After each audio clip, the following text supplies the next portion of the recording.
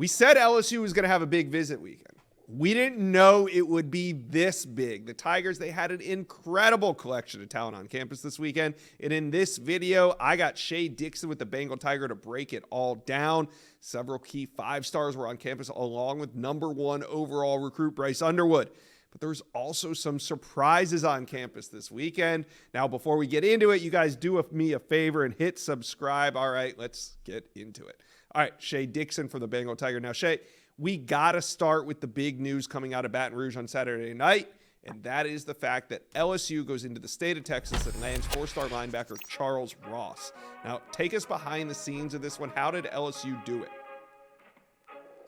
Yeah, this is all Blake Baker, or at least a big part of it. LSU's new defensive coordinator coming over from Missouri, also the team's linebackers coach. He's from Houston, so he got right into North Shore, where Charles Ross goes to high school, back in February and offered him a scholarship, became the first SEC team to offer Charles Ross a scholarship. In the most recent On3 Top 300, he cracked into that as a 4-star prospect. So we're talking about one of the better linebacker prospects nationally right now. And when you look at it, speed-wise, he's already clocked a sub-10 500 meters this spring. Has a 4.5 40-yard dash. So this is a guy who can move at linebacker, add Keelan Moses to that as a commitment. It's a nice start for Blake Baker to have 2 linebacker commitments and a number of other big targets on campus at the position.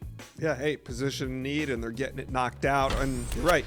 There were some other big names on campus, and here's a look at just a few of them. Bryce Underwood, who's committed. Doran Moore, #1 wide receiver in America. He's committed. 5-star running back Harlem Berry. He's committed. And then we creep down to 5-star wide receiver Caleb Cunningham, and he's the first big name that I want to talk to you about because there's some experts that think Mississippi State is the team to beat. Now, Cunningham is from the state of Mississippi, but this weekend he was in Baton Rouge. What are you hearing on his recruitment to LSU now? Yeah, he's been to LSU a number of times now, Josh, and I think that everybody knows who follows recruiting closely that it's tough to pull top kids out of Mississippi when the in-state schools want them, and Ole Miss, Mississippi State are certainly going to jockey back and forth here.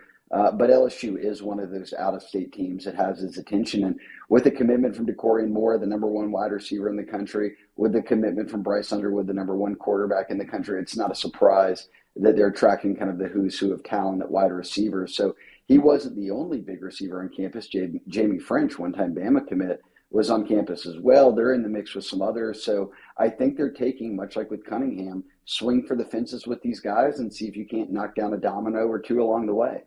Yeah, and we're going to talk about Jamie French here in a minute, but I want to talk about the #1 linebacker in America, Jonah Williams. He was on campus, and last week he began trending on the recruiting prediction machine to Oklahoma. I know at one point Oregon thought that they had a good shot at him, but this weekend he was another one that was in Baton Rouge, another big name. Do you think that LSU now has a foot in the door with this visit? A visit at least gets you a foot in the door, right, Josh? Yes, Yeah. and it's clear that he's at least going to take some visits, look around. The same goes for a guy like Tavion Wallace, who had some picks going for Florida State, On3's #2 linebacker in the country. He was on campus. So, yes, Oklahoma has been the team trending here. I think for LSU, it's just been about, hey, get these guys in, let them watch a spring practice, let them sit in on position meetings, and then let them get around some other recruits. We've mentioned kind of a who's who of committed names that were there this weekend. Remember, LSU has the #1 recruiting class in America. So, yes, they are catching the attention of a lot of guys like him who are ranked #1 at their position on the On3 industry rankings. So let's talk about another #1 at his position, and that's DJ Pickett, the #1 corner in America. In this recruitment, this one, LSU has a little bit more than a foot in the door. At this point, are we ready to say that LSU is the team to beat, at least unofficially, off the record? Well, on the record, but off the record. Is LSU the team to beat for DJ Pickett? On the record, off the record, if we're going by actions across the past couple of months, yes. I mean, as soon as Corey Raymond got hired by LSU, he quickly said, hey, look, LSU's a team I want to check out. Right before the dead period at the end of January, he goes to LSU. Right when the dead period ends in March, he's back at LSU and hanging out with all these guys like Underwood and Doran Moore, these other 5-star #1 players at their position. So, yes, the Corey Raymond connection opened the door in a big way. I think LSU's capitalizing. Josh, they need corners badly. That's one thing that they really want to restock with this hire of Corey Raymond is bringing in those five-star corner types every cycle, at least one of them. And I think this cycle, DJ Pickett's that guy they have circled. So, look, he's going to take visits. He's not going to pop tomorrow or anything like that. Yeah. But I do think that if you were to poll the teams that are really in the mix here, I think all of them would say LSU's the team that's made the biggest splash, into the 2024 calendar year. Mm-hmm. Yeah, and I say unofficially because DJ Pickett would never come out and say that LSU is the team to beat. At least he wouldn't come out and say that right now. But I think you're right. I think all signs, kind of visits, everything that he's done to this point, knowing that Corey Raymond recruited him during his time at Florida. Zephyr Hills is only about an hour from the Gainesville. So, yeah, all signs right now point to LSU, but there's still a lot left in this one. And the Bengal Tiger, you guys got a lot of great updates. I found this cool stat on the website just to kind of put LSU's big visit weekend in perspective. There were 14 top 100 recruits. There was 23 top 150 recruits on campus. There was 33 top 300 recruits on campus. Almost the entire recruiting world was in Baton Rouge over the weekend, and this included the number one overall player, Bryce Underwood. Who exactly did he spend the most time around helping the LSU staff recruit? Yeah, here's another one for you. The On3 industry rankings only have 25 stars right now. 6 of them were on LSU's campus. So that's 30% of the 5 stars that are out there were in Baton Rouge this weekend. I think you would point to probably a Friday, Saturday stretch here, Josh, for Underwood that included hanging out with guys like DJ Pickett, Caleb Cunningham, and Jamie French, who are all highly touted, highly regarded players who are being courted by the who's who of teams around the country. So I think that dinner with those guys puts LSU in a spot where they are pitching that number one class and they are able to see, hey, look, this is what we've got going. Then the next day, a breakfast with Underwood and Doran Moore, who Moore arrived on Saturday. He is committed to LSU as well as the number one wide receiver in the country. But he's starting to set up a couple of visits, at least planning them. We know Texas isn't going to give up there. So the more that I think you get those guys around each other, the better chance you have to hold on to them. And the more that you get Underwood and guys like that around the uncommitted guys like a Caleb Cunningham or a French or a Pickett, I think that just drives home the type of talent that's in this class right now and kind of opens the door for more to join them. Absolutely. It was huge to see Bryce Underwood in photos with Jamie French and some of these guys. You can just tell that some of these recruitments are really just getting started for LSU. Now, Underwood wasn't on an official visit. It was unofficial. So, the official visits are much more in-depth. But in terms of what he did on campus, was he able to spend time with quarterback coach Joe Sloan? What are some of the things that he did while he was on campus?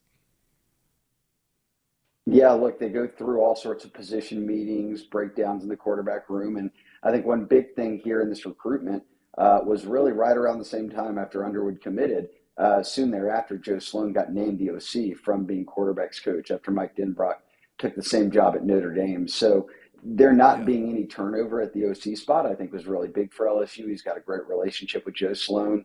But yes, he was able to, between Thursday and Saturday, fit in kind of a mix of, hey, let's do film study coach meeting type stuff, and then let's just hang out. You get more familiar with the staff. You get more familiar with the commits and the top targets. So it was a little bit of a blend of it all. And here's the good news. He comes back for the spring game in about a month. So they'll continue to get Underwood on campus for big events like this. All right. What do you think of Underwood's ability to recruit Jamie French? We kind of hit on him earlier in this video. He's the 5-star wide receiver out of Jacksonville, Florida. And this past week, he started trending towards Ohio State on the recruiting prediction machine. But we all know that this recruitment is far from over. He has said that he plans to take this into the fall. So my question to you, Shea, is, has LSU made an impact on Ohio State's perceived lead for Jamie French?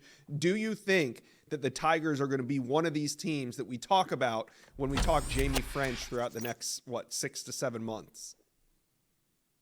I do. I think that coming out of this weekend, this is a sort of lasting impact on guys that you hope to make. And I think French is one of those guys from talking with sources that they've circled, that they've really upped their stock with. And I'm not going to sit here and say who he's picking and if they've jumped Ohio State or if even Ohio State's up front.